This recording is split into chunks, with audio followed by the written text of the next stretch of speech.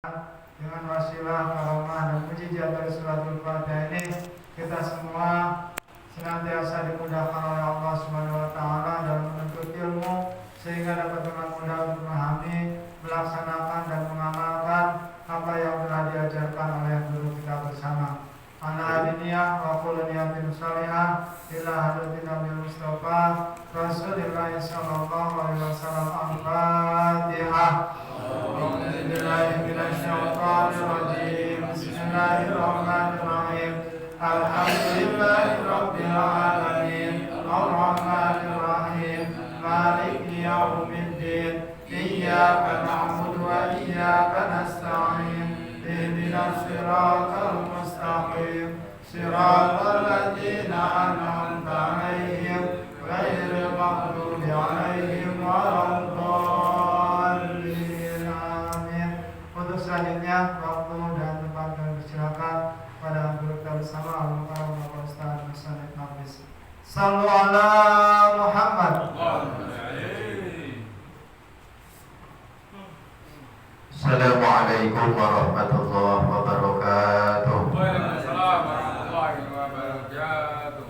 Bismillahirrahmanirrahim. Al-Fatihah biniyatil qabul wal husul wa ijabati kullil mas'ul wa naili kullil ma'mul wa ila hadrati sayyidina Muhammadin Rasul sallallahu alaihi wasallam wa ila arwah jami' abaihi wa ikhwanihi minal anbiya'i wal mursalin wa ahli baiti wa dzurriyyati wa azwaji thahirati ummahatil mu'minin wa kafati ashabi rasulillahi ajma'in wa ila arwah jami'il ulama'il 'amilin wal awliya'i salimin khususan mu'allifil kutub alladhi ta'allamnaha wa 'allamna wa nakhussu khususan mu'allifil kitab Imam Tahir bin Shalih wa jami' masyayikhina wa ustadina wa mu'allimina wa jami' ahli kubur fi hadhihi baldah madadana ya Allah bimadadihim wa 'ada 'alaina min barakatihim wa amtir 'alaina wa isakaromatihim wa nafahatihim wa fuyudatihim fid dini wal dunya wal akhirah syai'unillah lahumul Fatihah.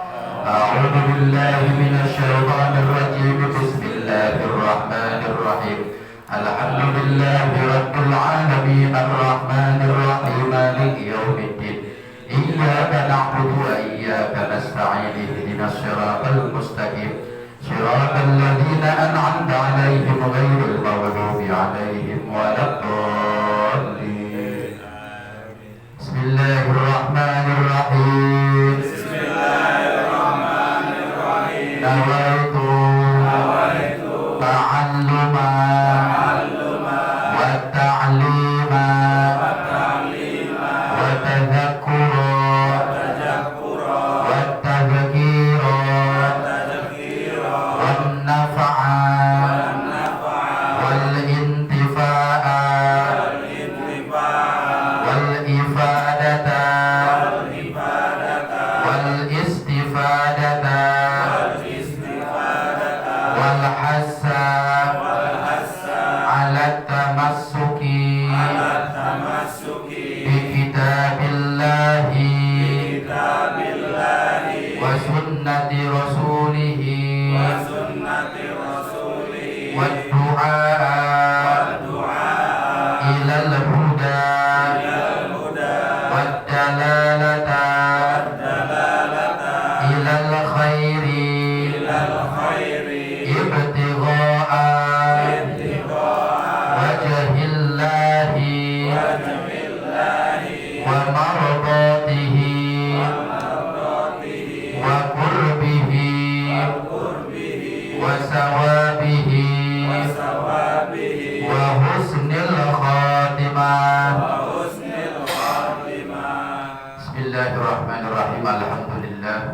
Alhamdulillahi hasbi wa kafa wa salatan wa salaman ala habibihil mustafa wa ala alihi wa sahbihi wa man iktafa. Subhanaka la ilma lana illa ma 'allamtana innaka antal alimul hakim. Rabbana yassir wa a'in ya karim waftah bil haqqi wa anta fattahul alim. Amma ba'du. Daratal mukarramin wal muhtaramin, para alim, para kiai, para sesepuh, para tokoh masyarakat bil khusus yang sama-sama kita hormati, Ketua DKM Mushola Syariah Bapak Eko Novianto beserta jajaran kepengurusan, hadirin yang hadir yang insya Allah dirahmati dan diberkahi oleh Allah Subhanahu wa Ta'ala. Amin, amin ya Rabbal Alamin. Alhamdulillah, bersyukur kita kepada Allah pada malam hari ini kita semua ditakdirkan oleh Allah Subhanahu wa Ta'ala untuk dapat hadir di majelis ilmu, di majelis taklim yang mulia ini. Mudah-mudahan hadirnya kita, kumpulnya kita dicatat oleh Allah sebagai amal soleh. Amin, amin ya Rabbal Alamin. Amal soleh yang tidak hanya nanti di akhirat pahalanya kita rasakan, tapi pasti pasti amal soleh ini dirasakan pula balasannya di dunia. Jadi Allah nggak tanggung-tanggung Pak, kalau ngasih balasan tuh dunia dapat, akhirat lebih di dunia dapat, di akhirat juga dapat. Untuk yang beramal soleh, man amila solehan, kata Allah dalam Al-Quran, min dakarin au unsa wa huwa mu'min. Kalau ada laki-laki atau perempuan, bebas ya, jadi rata. Laki-laki perempuan mau beramal soleh. Amal soleh apa saja termasuk kita kumpul di majelis ilmu ini. Ini bagian dari amal soleh. Tapi wahwa mukmin, tidak hanya beramal soleh, amal solehnya dilandasi oleh keimanan. Karena ada orang beramal soleh Pak, tidak dari dasar iman. Itu yang sering kita sebut orang-orang munafik. Orang munafik itu bisa saja seperti orang soleh, sholat seperti kita Pak ya. Kemudian zakat seperti kita zakat. Bahkan tampilannya meyakinkan orang-orang munafik itu. Tapi dalam hatinya tidak punya keimanan kepada Allah. Nah, amal soleh itu tidak dihitung. Tapi amal soleh ini amal soleh yang dilandasi oleh keimanan. Bapak datang ke sini itu karena iman, gak mau Allah, percaya sama Allah. Nah, kalau mau beramal soleh, kata Allah, falanuhyiyannahu hayatan thayyibah. Ini balasannya. Kata Allah, aku pasti, ada lam itu namanya lam taukid kalau dalam bahasa pesantren. Falanuhyiyannahu, ada lam taukid, ada nun taukid, ya. Pasti bahasanya gitu. Pasti aku akan menghidupkan dia, diberikan kehidupan yang thayyibah, yang baik. Sudah pasti. Itu baik. Jadi kalau yang ngomongnya Allah sudah pasti asdaqus shodiqin, yang paling benar. Kehidupan yang baik. Kalau Bapak ditanya hidup yang baik itu yang kayak gimana Pak? Bayangan Bapak itu yang gimana? Ya dari ujung sampai ke ujung beda-beda pikirannya. Yang punya rumah 3 mungkin kan, yang punya mobil 3, yang punya pekerjaan tetap, yang tiap hari pembawa itu. Jadi yang hidup baik itu seperti itu. Ada yang rezekinya sih biasa tapi badannya sehat, itu adalah hidup yang baik. Karena pikirannya ngapain banyak duit tapi sakit misalnya. Atau juga macam-macam, setiap kita punya pengertian masing-masing. Tapi ini ayat Al-Quran Bapak ya. Jadi ayat Al-Quran itu gak boleh menafsiri dengan akal kita. Tidak boleh ya. Jadi boleh gak ditafsiri? Boleh, tapi oleh ahlinya. Itu yang kita sebut dengan mufassir. Orang-orang yang ahli tafsir, ahli ayat-ayat Al-Quran. Siapa? Ya Nabi sendiri. Yang paling tahu maksudnya Al-Quran Allah. Allah disampaikan ke Nabi. Nabi berarti tidak diajarkan kepada para sahabat. Gitu ya. Itulah yang disebut bahwa ilmu ini harus punya sanad. Gak bisa Bapak langsung buka buku, buka Al-Quran, terjemah, gak punya guru, gak bisa. Gitu ya. Jadi harus punya guru yang menjelaskan maksud ayat-ayat Al-Quran. Karena Nabi diajarkan kepada sahabat, pemahaman Nabi ini. Jadi kalau Nabi sudah wafat, ilmunya tetap ada di dada para sahabat wafat, ada di tabi'in, murid-muridnya sahabat. Tabi'in terus ke bawah sampai kiai kita, guru-guru kita. Nah itulah yang disebut sanad dan ya, mata rantai keilmuan. Jadi kita jelas, kalau punya guru itu jelas. Ada yang bertanggung jawab. Jadi nanti kalau di akhirat salah ibadah sholat kamu, ya saya karena ngikutin Ustadz Nahrawi, nanti didatangi Ustadz Nahrawi kuburannya. Kata Ustadz Nahrawi, saya sholatnya begini, kata guru saya tuh yang di sana, yang di Jawa Tengah misalnya, disamperin terus, ternyata Nabi Muhammad sumbernya di sholat.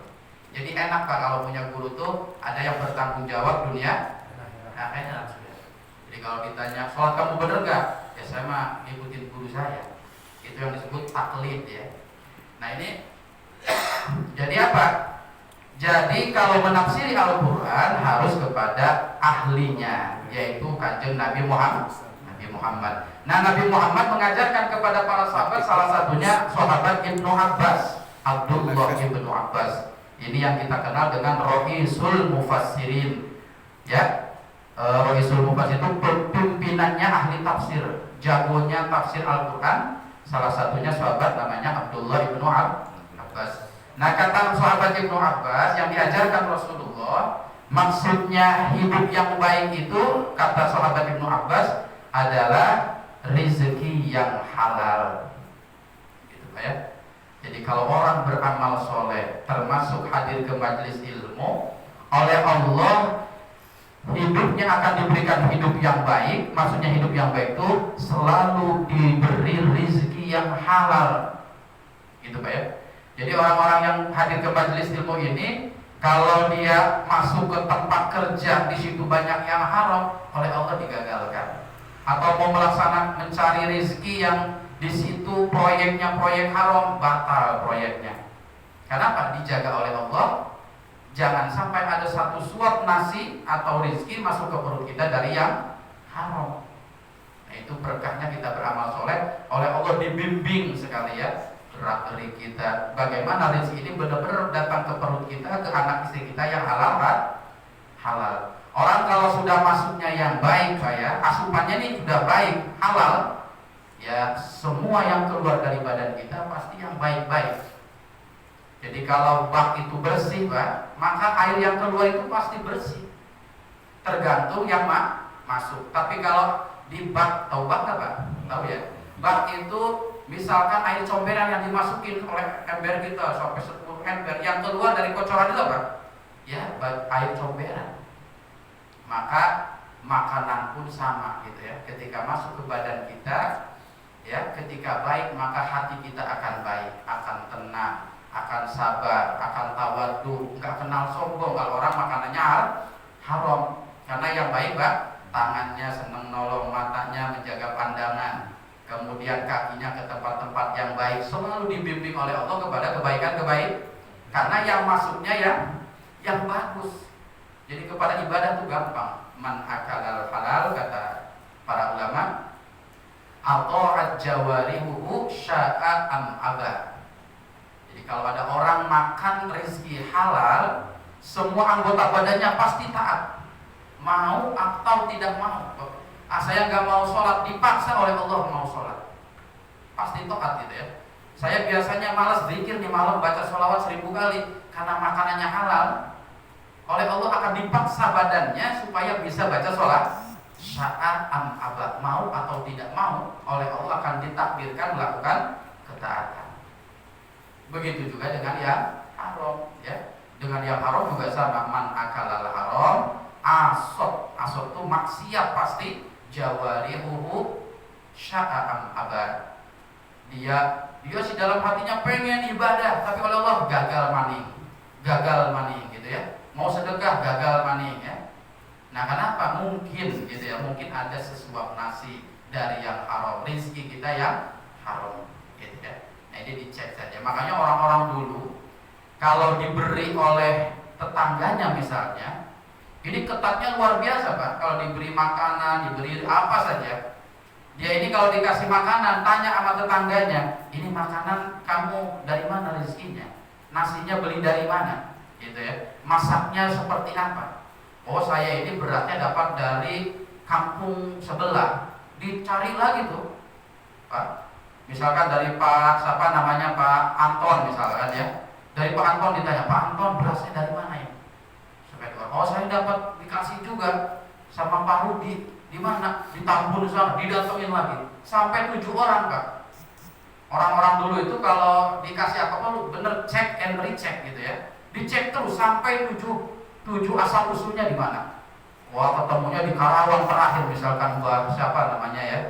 Ternyata Mbah itu memang apa, nanam padi sendiri, airnya air yang halal dan lain sebagainya baru dimakan.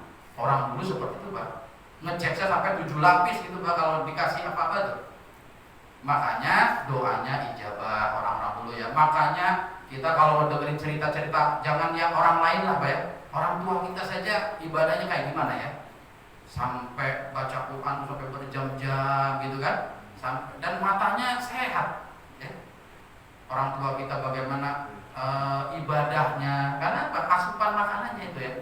Asupan makanannya. Jadi orang kalau asupan makanannya ini baik, halal, maka apa? Maka anggota badannya pasti yang baik-baik, maka yang taat-taat. Itu yang pertama kata Imam Ibnu Abbas, hidup yang baik itu adalah hidup yang selalu diberikan rezeki yang halal, gitu ya. Ada lagi sahabat Ali bin Abi Thalib.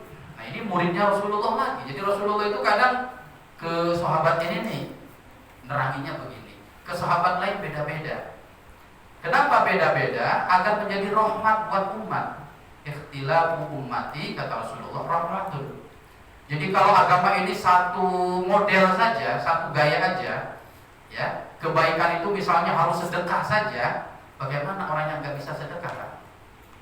Dia tidak punya kesempatan melakukan kebaikan. Yang memasukkan orang ke surga adalah naik haji. Gimana kalau yang nggak bisa naik haji, Pak? Gitu ya. Makanya Rasulullah kalau ada sahabat nanya, Rasulullah ibadah yang paling baik apa? Dilihat dulu Rasulullah. Ini potongannya dia ngaji males misalkan ya. Kemudian uang nggak punya, tapi dia punya ibu nih. Punya ibu yang saya lihat, ya. Ini orang baktinya luar biasa kepada ibunya. Maka kata Rasulullah, afdhalul ibadah birrul walidain. Yang paling baik ibadah itu berbakti kepada orang tua. Jadi setiap orang tuh punya anggapan saya juga bisa masuk surga. Tuh Rasulullah tuh bijak. Jadi nggak bisa satu patokan birrul walidain. Bagaimana mereka yang terlahir orang tuanya juga meninggal gitu ya. Berbakti kepada siapa mereka nanti? Tuh, makanya agama ini selalu menjadi alternatif gitu ya. Jadi kepada sahabat Ibnu Abbas, Rasulullah rezeki yang halal namanya itu. Tapi kepada sahabat Ali ini tidak terlalu ini ya. Kepada dunia ini apa? Tidak terlalu tertarik beliau ini. Kehidupannya itu. Makanya disebut Imamul Abidin, Imamuz Zahidin. Imam Ali itu gelarnya diantaranya Imamuz Zahidin. Imam Zahid itu pimpinannya orang yang zuhud, orang yang tidak tertarik dengan dunia. Kalau ada kerudung ungu itu biasa aja, Pak. Kita kan kalau ungu, wah ini siapa ini? Perasaan jarang ada yang pakai kerudung ungu gitu kan. Ada lagi kerudung hijau, pengen tahu gitu kan. Sahabat Ali tidak tertarik kepada yang begituan. Makanya sahabat Ali itu pernah dalam sebuah kesempatan beliau mengatakan, ya dunia tolak tuki talatan. Wahai dunia, aku talak engkau 3 kali talak. Udah, talak bain namanya, tolak yang gak bisa kembali kecuali proses panjang dulu. Jadi cerainya bukan dengan istrinya kalau sahabat Ali, tapi cerainya dengan dunia. Nah itu namanya Imamuz Zahidin, pimpinannya orang zuhud. Karena kecenderungannya ke ilmu. Karena kecenderungannya ke ilmu, hartanya cukup saja, nggak banyak, nggak kaya raya Ali bin Abi Thalib itu. Beda dengan sahabat Utsman, pedagang dan lain sebagainya. Nah, kepada sahabat Ali Rasulullah mengatakan, falanuhyiyannahu hayatan thayyibah, orang yang beramal soleh itu nanti balasannya apa? Hidup yang baik itu adalah hidup yang disertai dengan qanaah hidupnya. Orang yang beramal soleh oleh Allah didesain hatinya tuh qanaah. Qanaah tuh merasa cukup, nerimo, cukup dengan bagian apa saja, bukan hanya rezeki. Bapak udah ngotot ngapalin apa gitu ya, ilmu, tapi ya dapatnya segitu ya udah cukup.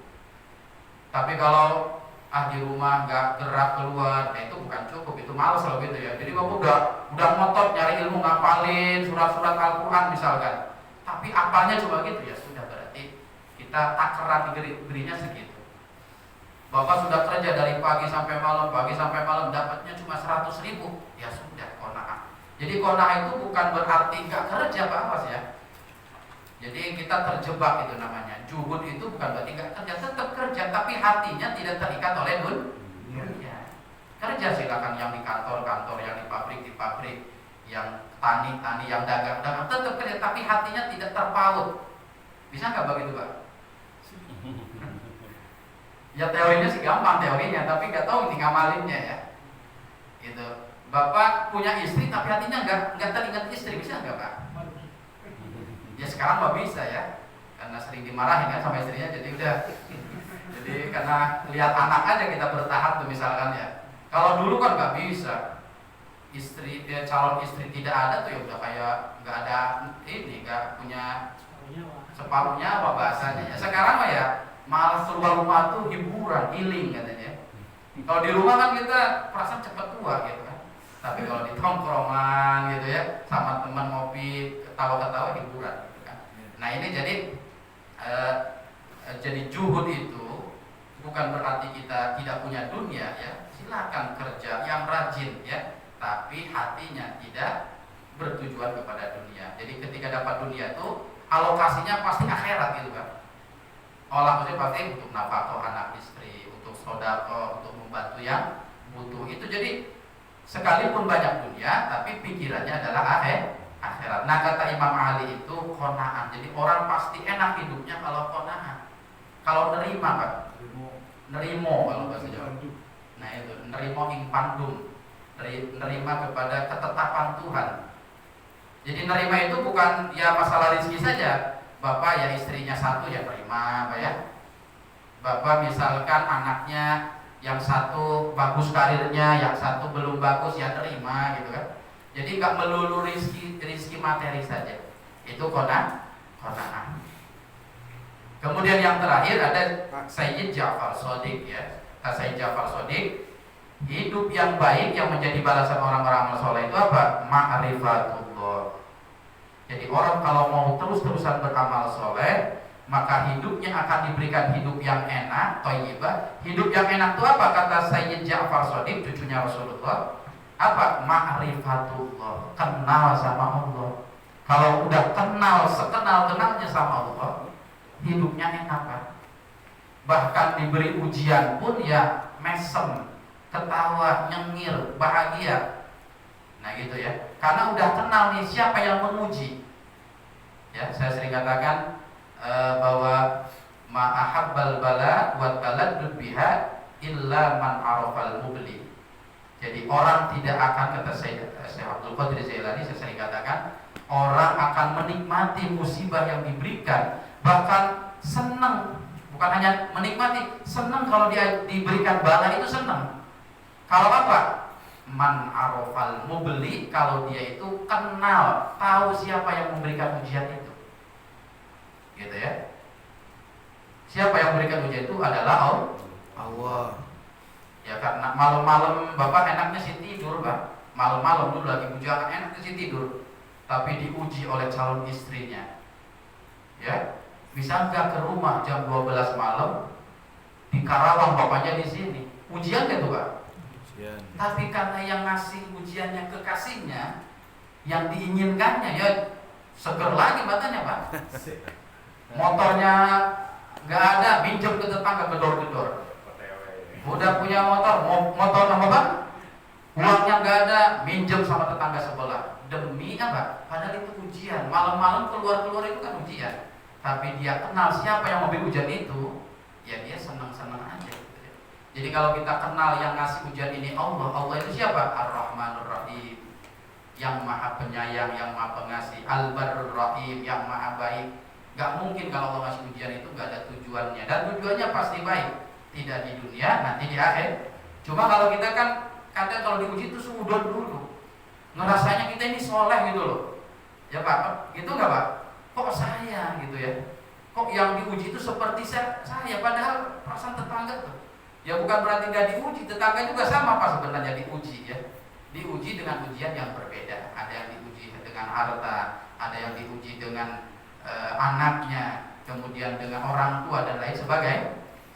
Jadi ketika kita sudah mengenal Allah, falanuhyiyannahu hayatan thayyibah, pasti hidupnya akan enak. Kalau kan kenal, dan ilmunya nanti yang mengantarkannya adalah ilmu tauhid, ilmu yang kita pelajari. Nah, baik jamaah, di bulan kemarin kita sudah menjelaskan halaman 35 tentang apa? Kam sifatan imtazza biha Nabiyuna sallallahu alaihi wasallam an sa'iril anbiya. Apa yang membedakan Nabi Muhammad dengan nabi-nabi yang lain? Kemarin sudah dijelaskan ya. Salah satu bedanya Nabi kita Muhammad dengan nabi-nabi sebelumnya adalah apa? Adalah bahwa Nabi Muhammad ini Abdulul Anbiya. Nabi Muhammad adalah nabi terbaik. Kemarin sudah dijelaskan. Alasannya jelas ya, karena dakwahnya bijak. Kemudian karena apa lagi? Karena ruang dakwahnya meluas kemana-mana gitu kan. Kemudian ujiannya berat Rasulullah.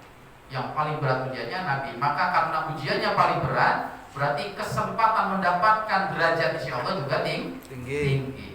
Makanya Rasulullah dikatakan Abdulul Anbiya. Kemudian salah satu yang membedakan Nabi Muhammad dengan nabi yang lain, as-salisatu, yang ketiga paling bawah, annahu, sesungguhnya Nabi Muhammad Khotimul Anbiya. Nabi Muhammad adalah nabi terakhir. Khotimul Anbiya boleh dibacanya begitu, atau taknya dibaca fathah boleh. Khotimul Anbiya tidak salah, Khotamul Anbiya juga benar. Silakan ya. Jadi kalau Nabi Adam, setelah Nabi Adam ada Nabi Idris. Setelah Nabi Idris ada Nabi Nuh. Kemudian terus Nabi Ibrahim, ada Nabi Ismail, Nabi Ishak, Nabi Musa, Nabi Isa. Terus setelah Nabi wafat ada penggantinya lagi. Itu kalau nabi-nabi terdahulu. Tapi kalau Nabi Muhammad penutup Nabi, maksudnya penutup Nabi apa? Fala yakti ba'dahu nabiyun, artinya Nabi terakhir itu tidak datang setelah Nabi Muhammad Nabi lagi. Penutup gitu ya. Penutup Nabi Muhammad. Dikatakan dalam hadis, inni indallah, kata Rasulullah sendiri, inni indallah maktubun khatimul anbiya. Saya ini di sisi Allah sudah maktub itu sudah ditulis, sudah ditakdirkan oleh Allah, saya ini akan jadi nabi terakhir. Nah itu, jadi tidak ada lagi nabi setelah Nabi Muhammad. Ini harus menjadi keyakinan kita termasuk Ahlus Sunnah wal Jamaah. Jadi tidak menerima nabi setelah Nabi Muhammad. Ini halaman 36 akan dijelaskan kenapa Nabi Muhammad menjadi nabi terakhir ya. Nomor 36 soal 5, kenapa?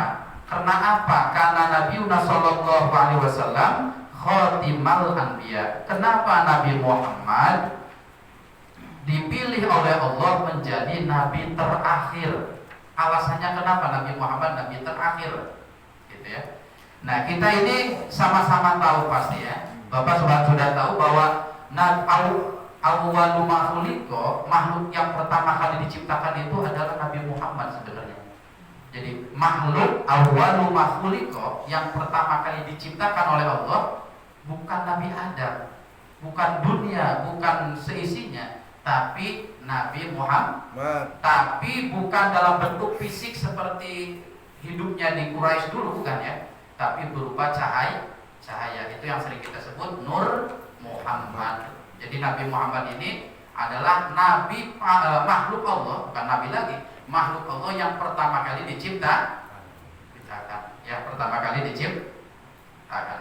Bahkan bukan hanya pertama kali, kata Rasulullah, kuntu nabiyyan wa adamu munjadilun fi tinatihi. Saya ini, kata Rasulullah, sudah jadi nabi, kuntu nabiyan, saya ini sudah jadi nabi, wa adamun munjadilun fi tinatihi. Sementara Nabi Adam, ketika saya diangkat jadi nabi, Nabi Adam masih berupa adonan tanah, belum diciptakan gitu. Nabi Adam belum diciptakan, kuntu nabiyan, saya sudah jadi nabi, berarti kan sudah ada Nabi Muhammad. Sementara Nabi Adam masih adonan, masih bahan gitu ya, belum kun fayakun jadi manusia. Jadi munjadil itu adonan tin dari tanah gitu ya. Itulah Rasulullah. Jadi kita meyakini bahwa Nabi Muhammad ini adalah makhluk pertama kali diciptakan oleh Allah, sekalipun bentuknya saat itu adalah berupa cahaya atau sering disebut dengan Nur Muhammad. Nah, kemudian Setelah diciptakan Nabi Muhammad, ya, alasannya kenapa? Setelah diciptakan, kemudian Nabi Muhammad ditakdirkan oleh Allah menjadi khatimul anbiya, menjadi nabi terakhir. Jawabnya, innama kana nabiyuna alaihi salatu wassalam khatimul anbiya. Nabi Muhammad menjadi nabi terakhir li anna hikmata irsalil anbiya da'watul khalqi ila ibadatil haqqi. Ya. Nah ini. Jadi harus dipahami dulu kenapa Nabi Muhammad nabi terakhir, karena tujuan diutusnya para rasul. Jadi Allah ini kalau menciptakan apa-apa itu ada tujuannya, Pak ya. Gak ada tujuan tuh, ada semua. Ya. Rabbana ma khalaqta hada batila. Tidak ada yang batil, tidak ada yang kosong tanpa makna, semua. Sampai nyamuk diciptakan ada manfaatnya, ya. Sampai kotoran kambing pun ada manfaatnya. Jadi Bapak jangan kecil hati kayaknya hidup gak ada manfaat. Ada yang begitu, Pak? Ya Allah, saya hidup udah umur segini kayak di masyarakat gak ada manfaatnya gitu, Pak ya. Ada nggak perasaan begitu, Pak? Ya Allah, hidup kurang bermanfaat. Jadi Rabbana ma khalaqta batil, maaf, kotoran kambing saja ada manfaatnya, Pak. Rabbana ma khalaqta hada. Jadi jangan bolehlah merasa untuk merendah di hadapan Allah, tapi jangan keterusan merasa hina, merasa rendah dan lain sebagainya. Sehingga tidak termotivasi beramal. Orang karena merasa tidak punya ilmu misalkan akhirnya nyempot aja nggak mau ini ya. Nah ini jadi semua yang Allah takdirkan pasti ada tujuannya. Termasuk diutusnya para nabi, para rasul, ada hikmah, ada tujuan, ada pelajaran, ada hikmah, ada tujuannya. Apa diantaranya? Ada 5 tujuan para nabi diutus ini, Pak. Di sini di kitab ini dijelaskan. Yang pertama, dakwatul khalqi ila ibadatil haqqi. Itu tujuannya. Nabi yang jumlahnya 124.000 nabi, baik. Rasul yang jumlahnya 313. Nah, Rasul yang wajib kita imani dan tahu namanya 25 itu, semua itu diutus oleh Allah. Tujuannya Pak, mengajak seluruh makhluk, mengajak seluruh makhluk untuk ibadah kepada hak, kepada Allah yang Maha Benar. Jadi Nabi Adam sampai Nabi Muhammad tujuannya sama, Nabi itu mengajak seluruh makhluk ibadah kepada Allah. Yang pertama dakwah tujuannya. Yang kedua wa irsyaduhum ila tariqis sadad fi umuril ma'asyi wal ma'adil. Yang kedua tujuannya irsyad. Irsyad itu memberikan petunjuk ila tariqis sadad, ke jalan yang benar, fi umuril ma'asyi, tentang urusan dunia, wal ma'ad, dan urusan akhirat. Jadi bukan hanya mengajak untuk ibadah tapi memberikan petunjuk. Nih, hidup di dunia seperti ini seharusnya seorang beriman. Nanti akhirat itu seperti ini, perjalanan hidup. Nah, itu dijelaskan semua. Gitu ya. Jadi Al-Qur'an yang kita baca itu tidak hanya menjelaskan tentang interaksi kita di dunia dengan tetangga, dengan orang lain, dengan orang yang berilmu, dengan orang yang bodoh. Tidak hanya itu. Sampai akhirat pun diceritakan, tentang kiamat pun diceritakan. Jadi kamus paling lengkap gitu. Al-Qur'an ini kamus paling lengkap. Bapak kalau dulu itu lagi sekolah SMP, kan ada kamus bahasa Inggris tuh Pak ya. Kamus terlengkap 150 miliar. Padahal kamusnya tipis Pak ya. Yaitu orang jualan begitu biasanya. Saya pernah baca itu buku Menjadi Kaya 7 Hari. Waduh Pak Eko gimana itu? Belinya sudah 3 tahun dibaca gak kaya-kaya saya. Ya itulah marketing gitu ya. Kan kita tertarik Pak ya. 7 hari menjadi kaya raya. Ya memang ada trik-triknya di dalamnya gitu ya. Ini harus ini bangun tidur harus ini, tapi ya gimana gitu ya. Itulah marketing itu seperti itu. Jadi kita ini kalau lihat kamus bahasa Inggris Indonesia Inggris, walaupun tulisannya 150 miliar, di dalamnya gimana Pak? Kita kadang nyari bahasa Inggris ya. Kita sekarang udah ada Google gitu ya, searching. Kalau dulu kan belum ada. Ada bahasa Inggris, cari di buku itu nggak ketemu ya. Nah gitu, jong gitu, katanya 150 miliar. Setelah itu paling 2000 kata. Nah itu. Jadi kalau kamus buatan manusia itu ya ada kurang-kurangnya. Tapi kalau Al-Qur'an nanya apa saja, minta solusi apa saja, asal sama ahlinya Pak ya. Jadi kalau saya ini miskin, kok solusi dalam Al-Quran nggak ada supaya kaya. Bukan nggak ada, kita bukan ahli mencari itu. Makanya yang paling enak nanya sama para guru, nanya pada orang-orang yang hidupnya lebih banyak menekuni itu, Pak ya. Gitu. Jadi nanya kepada yang lebih kompeten, karena memang sebagian hidupnya barangkali untuk itu, gitu Pak. Jadi Bapak kalau tentang ekonomi ya tanya kepada ahli ekonomi, gitu Pak. Jangan nanya ekonomi ke ustadz, jadi nanti sesat fatwanya Pak. Kalau ekonomi gitu, masalah nuklir misalkan, kimia nuklir, jangan ke ustadz nanyanya. Ya kullu syai'in pak-pak pun ada paknya masing-masing. Pak-pak pun, kullu syai'in pak-pak pun, jadi ada pak-paknya gitu. Ya kalau nanya ekonomi ke ekonom, kalau nanya pendidikan ke para ahli pendidikan, kalau nanya tentang agama ya kepada mereka yang menekuni. Ya gampangnya kalau orang sekarang bilang yang pernah mondok dulunya gitu kan, karena lebih konsen gitu Pak ya. Bukan berarti yang nggak mondok nggak bisa jadi ulama, bukan. Secara hidupnya dia lebih konsen ketika dipesan, apalagi pesanannya berpuluh-puluh tahun gitu kan.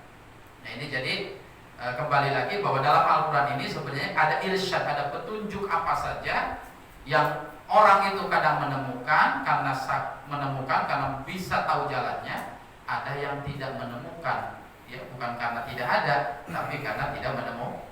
Nah, wa irsyaduhum, jadi Al-Quran atau para nabi ini memberikan petunjuk kepada seluruh makhluk, ya, jalan yang benar. Wa i'lamuhum. Nah, nomor 3, para nabi diutus itu i'lam, memberitahu kepada seluruh makhluk bil umuril ghaibah, tentang hal gaib, an absarihim wal ahwal allati la yasiluna ilaiha bi afkarihim. Hal gaib yang tidak terjangkau oleh pikiran. Kalau gaib itu Pak ya, kadang maaf orang yang tidak terlalu suka sama dunia supranatural, iya. Kadang kalau ngobrol sama yang betul-betul di sini ada, itu kadang males Pak. Kalau yang nggak punya ketertarikan, malah di sini ini ada yang rambutnya panjang, kemudian perutnya gede segede lemari katanya kan. Bapak kalau tidak terlalu senang dunia begitu, dalam hatinya pasti apa sih katanya, saya biasa-biasa aja gitu. Karena kalau yang goib itu di sini dijelaskan la yasinuna ilahi bi afkarihim. Logika ini tidak nyampe di sana. Gitu ya. Makanya kadang kita tidak terlalu percaya. Yang percaya itu ya yang sama-sama menekuni gitu kan, nyambung gitu kan, sampai berjam-jam dalam ngobrol tentang dunia pertuyulan, dunia perkuntilanakan, wah macam-macam. Kalau misalkan Bapak saya nggak suka begitu, aduh 15 menit udah pengen gimana caranya supaya kita ini kabur, pura-pura BHB lah, pura-pura ditelepon sama istrinya, karena nggak tertarik dunia begitu ya. Karena memang wataknya goib itu, akal ini tidak terjangkau. Tapi oleh para nabi dijelaskan itu. Inilah ujian iman apa tidak. Kalau para nabi menceritakan nanti ada neraka di sana, ini neraka itu ada nggak kira-kira gitu kan? Ini menjadi ujian iman apa tidak. Jadi bukan ada apa tidak sebenarnya kalau bicara tentang neraka, ya percaya apa tidak gitu ya. Karena ujiannya di sini mulai diuji iman itu apa, kepercayaan itu ketika hal-hal gaib. Kalau yang dohir sih mungkin orang langsung bisa percaya. Kalau yang dohir gitu ya, Al-Quran yang mujizat Rasulullah, Al-Qurannya memang ada, jadi kita langsung percaya ini adalah mujizat Rasulullah, sampai hari ini ada. Ya. Islam itu lahir di Mekah, ada Ka'bah dulu, ada Ka'bahnya, sekarang percaya. Tapi kalau neraka ada enggak? Jangan ada enggak, percaya apa enggak? Itu mulai ujian keimanan tuh di sana. Nah, ini orang yang terlalu mengandalkan akal bisa melenceng di sini. Karena dia pikirannya kalau yang ada tuh mesti terlihat. Gitu kan? Jadi kalau yang ada ya harus terlihat, gitu kan. Nah, ini ngomong-ngomong masalah surga, masalah neraka, masalah ganjaran pahala itu kelihatan nggak Pak pahalanya Pak? Ya. Dosa Bapak kelihatan nggak? Ya. Enggak gitu kan? Jadi kalau diampuni dosanya, saya dosa juga nggak kelihatan, ampunannya nggak kelihatan. Ya. Nah itu ranahnya bukan ranah akal Pak, ranahnya iman. Iman kita ini percaya bahwa saya banyak dosa karena saya melawan orang tua, menyakiti tetangga misalnya gitu ya. Nah itu yakin ya bahwa kita ada dosa. Masalah bentuk, warnanya kuning, warnanya hijau nggak tahu gitu. Kalau dosa besar hitam misalkan ya, Kalau dosanya kecil, agak umum, misalkan nggak ada kepercayaan begitu Pak ya. Iya, Jadi iya. kita itu ranahnya ranah iman. Ada dosa, ada tidak, ada ampunan, ada surga, ada neraka, termasuk pahala, itu adalah iman. Nah ini para rasul menjelaskan itu. Kemudian wa ijalatu syubahil batilah. Para nabi juga takrirul adillatil qati'ah, menetapkan dalil-dalil. Wa izalatu syubahil batilah, menghilangkan hal-hal yang buruk di muka bumi. Jadi ada 5. Yang pertama dakwah, mengajak seluruh makhluk. Irsyad, menunjukkan seluruh makhluk. I'lam, memberitahu seluruh makhluk. Takrir, menetapkan dalil-dalil yang pasti kepada makhluk. Wa izalah, dan menghilangkan hal-hal yang buruk kepada seluruh makhluk. Nah, kenapa Nabi Muhammad Nabi terakhir, bukan Nabi Adam Nabi terakhir? Karena Nabi Adam itu dakwahnya tidak ke seluruh makhluk. Jadi tidak layak kalau dikatakan Nabi terakhir Nabi Adam. Nabi Adam itu kan sasaran dakwahnya cuma istri dan anaknya saja. Sekeluarga di situ ya, kalau di situ aja, muplak di situ kalau bahasa saya, muplak ya, familinya saja. Makanya fungsi diutusnya para rasul belum tuntas kalau Nabi Adam, karena tujuannya diutusnya para nabi ini apa? Dakwah kepada seluruh makhluk. Sementara Nabi Adam belum sampai dakwahnya kepada seluruh makhluk. Makanya Nabi Adam meninggal, perlu ada lagi nabi baru yang melanjutkan dakwahnya supaya ke seluruh makhluk. Diutuslah Nabi Idris. Nabi Idris juga enggak semua makhluk yang didakwahinya, butuh Nabi Nabi Soleh misalkan, terus Nabi Soleh kepada kaum Ad saja. Kaum-kaum yang lainnya tidak tersentuh. Makanya meninggal dunia Nabi, muncul Nabi baru lagi. Kenapa? Karena tujuan dakwah kepada seluruh makhluknya belum tercapai. Makanya terus diutus lagi. Tetapi kalau Nabi Muhammad, Pak ya, Nabi Muhammad ini kata Nabi sendiri, wa ursiltu ila kafatil khalqi. Saya ini diutus Allah ila kafatil khalqi, kepada seluruh makhluk. Arab, non-Arab, Cina, Jepang, Korea, semua sampai ajaran Rasul ke sana. Jadi kalau Rasul sudah ke kafatul khalqi, berarti tujuan diutusnya para nabi sudah maksimal, sudah tuntas, sudah selesai. Kalau sudah selesai, ngapain mendatangkan nabi baru lagi gitu. Makanya Nabi Muhammad dicap sebagai nabi terakhir. Kenapa? Misi dakwah, tujuan diutus para rasul itu dakwah kepada seluruh makhluk sudah maksimal, sudah tercapai. Misalkan ada di sini lurah, ada kepala desa, ya. Dia ingin membagi-bagikan sembako ke seluruh warganya gitu ya. Ke seluruh warganya dapat sembako tiap orang. Kalau ada 500 orang berarti 500 karung. Akhirnya dia mutus tangan kanannya, tolong ini bagikan gitu ya. Nah, ketika dibagikan baru 15 karung, orangnya pingsan meninggal dunia, Pak. Baru 15 karung. Berarti sisa berapa tuh? Segitu aja ya. Kalau gitu-gitu paling berat udah. Jadi baru 15 meninggal orangnya. Gimana itu? Kata lurah, ini harus dilanjutkan tidak? Harus 500 baru 15, maka dia apa? Ngambil lagi utusan baru. Supaya 500 ini kena. Setelah 15, yang ke-16-nya dianterin lagi sama orang ini. Baru 100 karung meninggal lagi. Kira-kira butuh lagi enggak orang ini? Butuh lagi utusan baru. Nah, ketika 499 meninggal lagi, berarti butuh satu lagi. Ya. Misalkan. Nah, setelah orang ini membagi tuntas, ya sudah. Kalau sudah 500 orang ini kena semua, warganya dapat satu karung, butuh lagi utusannya kira-kira Pak? Seluruh warga di kampung itu sudah mendapatkan bagian satu beras karung, ya lurah nggak butuh lagi utusan. Kenapa? Sudah terselesaikan tujuan pemutusan. Begitu contohnya Nabi Muhammad pun demikian. Allah mengutus para nabi itu agar semua makhluk kena dakwah semua. Ngandelin Nabi Adam nggak tuntas, ngandelin Nabi Musa hanya Bani Israel saja, Nabi Isa Israel saja misalkan, ya. Jadi ada negara-negara atau umat-umat yang tidak tersentuh oleh, berarti misi diutusnya Nabi belum tercapai. Setelah Nabi Muhammad seluruhnya tercapai. Maka setelah Nabi Muhammad selesai menyampaikan syariat, setelahnya tidak ada Nabi lagi. Itulah alasan kenapa Nabi Muhammad Nabi terakhir. Kira-kira bisa dibawain Bapak?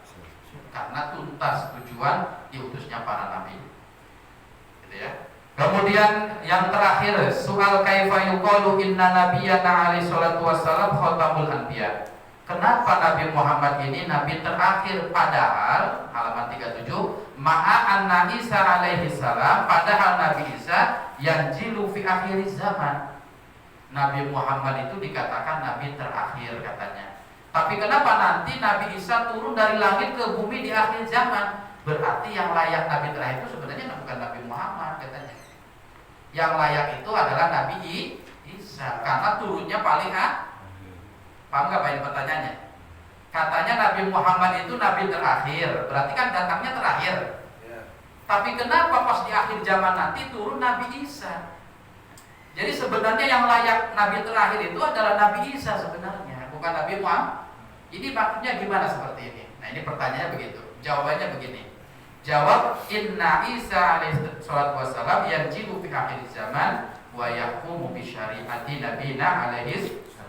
Nabi Isa diturunkan di akhir zaman itu bukan membawa ajaran baru, bukan.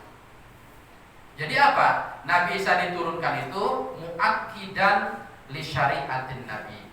Jadi Nabi Isa diturunkan itu ke bumi tidak membawa ajaran baru, tapi apa? Beliau menggunakan syariat Nabi Muhammad. Jadi Nabi Isa turun ke bumi ini sholat seperti sholatnya Nabi, ibadahnya seperti ibadah. Jadi tidak ada ajaran baru. Kenapa? Syariatnya Nabi Isa, li'anna syariatahu, karena syariat Nabi Isa qad nusikhat, telah dinasakh, telah dihapus. Jadi Nabi Isa ini turun ke bumi di akhir zaman itu bukan untuk membawa ajaran baru, merubah syariat Nabi Muhammad, tapi memperkuat syariat Nabi Muhammad. Saya pun, kata Nabi Isa, amalan syariatnya ikut kepada Nabi Muhammad.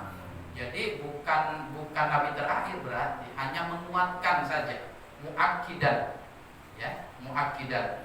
Kemudian naiban, ya, naiban khalifatan. Jadi sebagai muakkid, sebagai penguat syariat Nabi, sebagai pengganti dari penyempurna dari sebagian syariat Nabi Muhammad SAW. Jadi kalau ada pertanyaan misalkan kenapa tidak Nabi Isa yang jadi Nabi terakhir, Nabi Isa itu bukan Nabi terakhir. Kenapa? Karena dia diturunkan tidak membawa ajaran baru. Ya. Jadi ajaran siapa yang dia amalkan di dunia? Ajarannya Nabi Muhammad. Muakkid, malah menguatkan, malah memperjelas betapa hebatnya syariat Nabi Muhammad. Nabi Isa saja ikut syariatnya Rasulullah. Malah dalam satu riwayat dikatakan itu permintaannya Nabi Isa sendiri. Ya, diangkat ke langit itu apa? Diangkat ke langit kemudian diturunkan di akhir zaman karena sebagian dari doa Nabi Isa, wa fi riwayatin Nabi Musa, ada satu riwayat Nabi Isa. Nabi Isa itu diantara doanya, Allahumma ij'alni min ummati Muhammad. Ya Allah, jadikan aku umat Nabi Muhammad. Nabi Muhammadnya belum lahir pengen diakui jadi. Contoh Bapak gini ya. Bapak udah lahir sekarang. Ya Allah, jadikan saya misalkan muridnya anak cucunya Pak Eko nanti gitu. Misalnya begitu. Ya Allah, jadikan saya cucunya entah lahirnya kapan, 100 tahun lagi atau 20 tahun lagi. Kitanya udah meninggal misalkan. Bisa nggak jadi muridnya? Nah itu doanya Nabi Isa itu gak logis ya. Karena apa? Yang diminta itu belum terlahir Nabi Muhammad, tapi udah minta ya Allah jadikan aku umatnya Nabi Muhammad. Ini bagaimana permintaan? Tapi Allah karena yang mintanya kekasihnya dikabulkan. Akhirnya diangkatlah Nabi Isa ke langit. Ya, di sana ada Nabi Muhammad lahir, meninggal dunia. Nanti di akhir zaman Nabi Isa diturunkan lagi sebagai pengabulan doa. Kalau Nabi Isa turun di akhir zaman berarti dia umatnya Nabi Muhammad. Jadi salah satu kehebatan Rasulullah, banyak para nabi pun tertarik menjadi umatnya Rasulullah. Kita nggak minta, kita nggak ngerengek sama Allah. Pernah nggak ya Allah jadikan aku umat Rasulullah? Pernah nggak Pak minta begitu? Nggak kepikiran begitu tuh ya. Ya Allah rezekinya lancar, ya Allah anaknya gitu-gitu aja, kuplak-kuplak di situ aja, gitu ya. Bahkan ketika baca berjanji pun kita tidak terbersit. Ketika baca berjanji, ya Allah dengan keberkahan berjanji ini saya ingin aku jadi umatnya Nabi Muhammad. Pernah nggak begitu Pak? Pernah nggak begitu kira-kira? Ya Allah, saya baca berjanji ini dapat syafaatnya Rasulullah. Saya ingin diakui jadi umat Rasulullah. Pernah nggak begitu Pak? Ya baca saja. Tuh, itu padahal sedang memuji-puji Nabi. Kita tidak sempat meminta kepada Allah untuk dijadikan umat Rasulullah. Karena apa? Karena tidak minta pun kita sudah dijadikan. Itu alasan-alasan kenapa Nabi Isa tidak dijadikan Nabi terakhir. Jadi kesimpulannya ada tiga yang membedakan Nabi Muhammad dengan nabi-nabi lain. Nabi Muhammad adalah nabi paling baik. Nabi Muhammad risalahnya kepada seluruh makhluk. Kemudian Nabi Muhammad adalah nabi terakhir. Kenapa Nabi Muhammad nabi terakhir? Karena tujuan diutusnya para rasul dituntaskan oleh Nabi Muhammad, dimaksimalkan oleh Nabi Muhammad. Kalau sudah maksimal, kalau sudah tuntas, ngapain kita ngedatangi Nabi baru? Gitu ya. Jadi sudah tidak bermanfaat karena sudah apa? Sudah maksimal. Gitu ya. Kemudian kenapa Nabi Isa tidak dijadikan Nabi terakhir? Padahal turunnya di akhir zaman, Nabi Isa turun ke muka bumi ini bukan membawa syariat baru, justru beliau menguatkan syariat Nabi Muhammad dengan beliau sendiri mengamalkan syariatnya Rasulullah. Itu barangkali materi yang bisa disampaikan, mudah-mudahan bermanfaat. Amin. Sebelum ditutup barangkali ada yang ditanyakan yang berkaitan dengan materi atau yang di luar ya. Ustaz, orangnya Ustaz kan kangen ya. Saya terus ya. Gini Ustaz, iman itu kan naik dan turun Ustaz ya. Mungkin pada saat bulan Ramadan iman kita naik Ustaz ya. Dari mulai puasa kita, sholat, baca Quran dan lain sebagainya. Apa gara-gara kalau di bulan Ramadan itu setan itu dibelenggu Pak Ustaz. Nah setelah di luar bulan Ramadan Pak Ustaz, kita mengerjakan kayak pada saat bulan penuh agak ini Pak Ustaz, agak berat. Apa gara-gara katanya maksudnya kata Rasulullah itu Nabi bersabda itu setan itu selama di bulan Ramadan itu dibelenggu. Jadi kita itu melakukan ibadah itu ringan Ustaz. Itu pertama itu Ustaz. Jadi kiat-kiatnya agar kita bisa istiqomah ya, karena kita kan bukan hamba Ramadan kan. Jadi setelah Ramadan kita amalan ibadah yang kita kerjakan itu begitu di luar Ramadan kita ini Ustaz berat. Itu pertama itu Ustaz. Dan kedua ini Ustaz. Kemarin waktu saya Jumatan Ustaz ya. Kemarin khotibnya.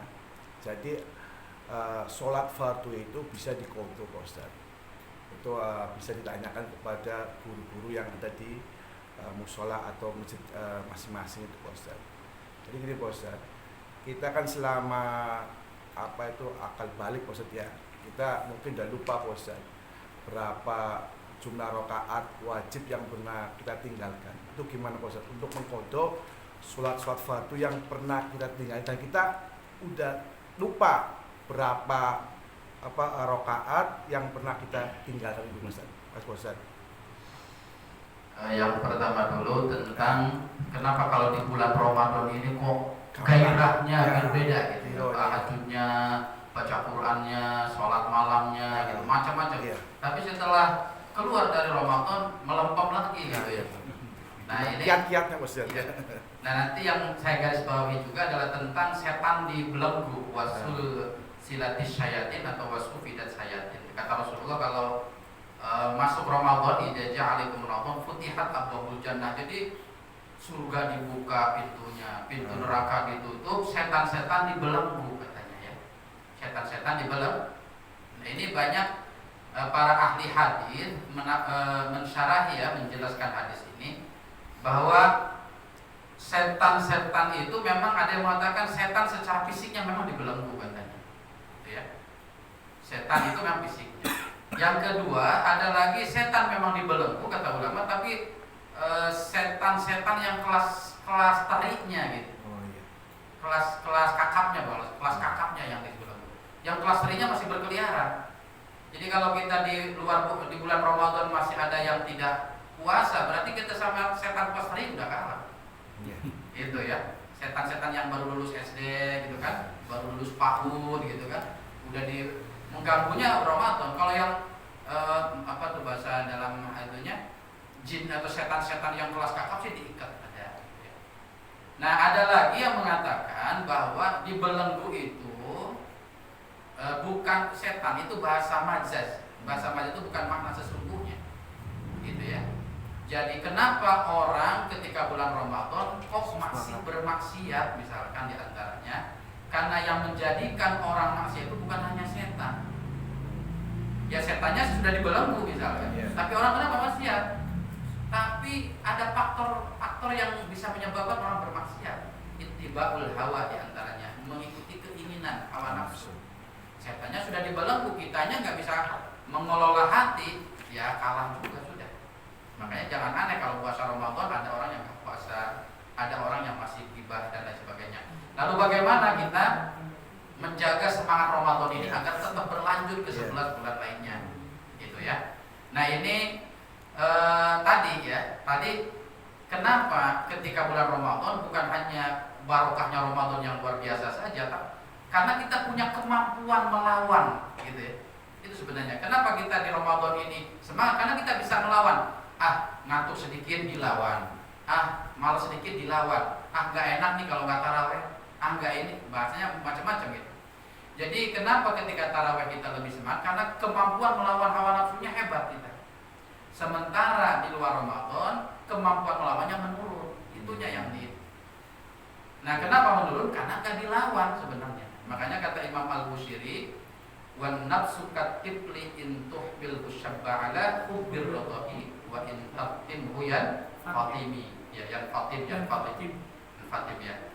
Jadi hawa nafsu itu katifli seperti anak kecil bayi. Nafsu itu Pak, yang ngajak kita tidur ketika mau sholat, yang ngajak kita malam sholat malas. Hawa nafsu itu ya, hawa nafsu diantaranya. Itu hawa nafsu itu seperti bayi, gitu ya. Bapak kalau berantem sama bayi menang apa menang Pak? Menang seharusnya tuh. Kok bisa gitu? Bisa-bisanya Bapak berantem sama bayi, bapaknya yang kalah gitu kan? Gak masuk akal. Jadi Bapak kalau mau bertarung sama hawa nafsu itu, yakini nafsu itu lemah sekali, gampang kalah nafsu itu Pak. Bapak pengen ya asal itu, bagaimana muharabah, diperangi, dilawan. Jadi kita ini kadang karena sudah terdoktrin, nggak bisa melawan hawa nafsu. Jadi akhirnya nggak bisa terus. Jadi yakini bahwa hawa nafsu itu katifli seperti bayi, pasti kalah. Jadi ketika malas lawan lagi, malas lawan lagi terus. Itunya. Jadi bagaimana kiat-kiat untuk bisa lebih semangat? Tidak ada yang lebih manjur kecuali melawannya hawa nafsu. Muharabah, berperang kita dengan hawa nafsu. Dengan apa ya, kita kalau orang awam ya dipaksa kan, bangun malam malas langsung duduk. Saya sih motivasinya apa? Kalau sholat malam itu ingat banyak hajat saya. Kalau saya ini kalau ingin kalau pengen malas lagi malas tahajud gitu ya, udah bangun sih bangun misalkan, udah pasang alarm bangun. Tapi kan kadang bangun tapi antara dirubah lagi kan, 15 menit lagi gitu, jatuh lagi, nyala lagi, abaikan lagi, ya sampai 6:30 baru sadar, ketinggal ketinggal 14 gitu kan. Nah gitu ya.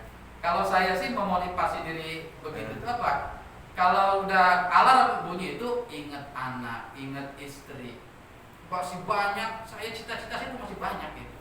yang perlu diminta sama Allah gitu. Anak soleh minta ke Allah, istri soleh kepada Allah, di samping ikhtiar-ikhtiar Pak ya. Gitu kan. Saya masih pengen wah gitu. Jadi semakin banyak keinginan semestinya kita semakin banyak butuh sama Allah. Dan butuh inilah menggerakkan kita untuk kuat beribadah. Ini orang Pak ya, orang yang hidupnya punya banyak target, kerjanya pasti lebih ngotot Pak. Gitu Pak ya. Ada orang misalkan saya mah yang penting sehari dapat 100.000 aja deh. Ya kerja sampai jam 9 1 subuh ya pulang sudah.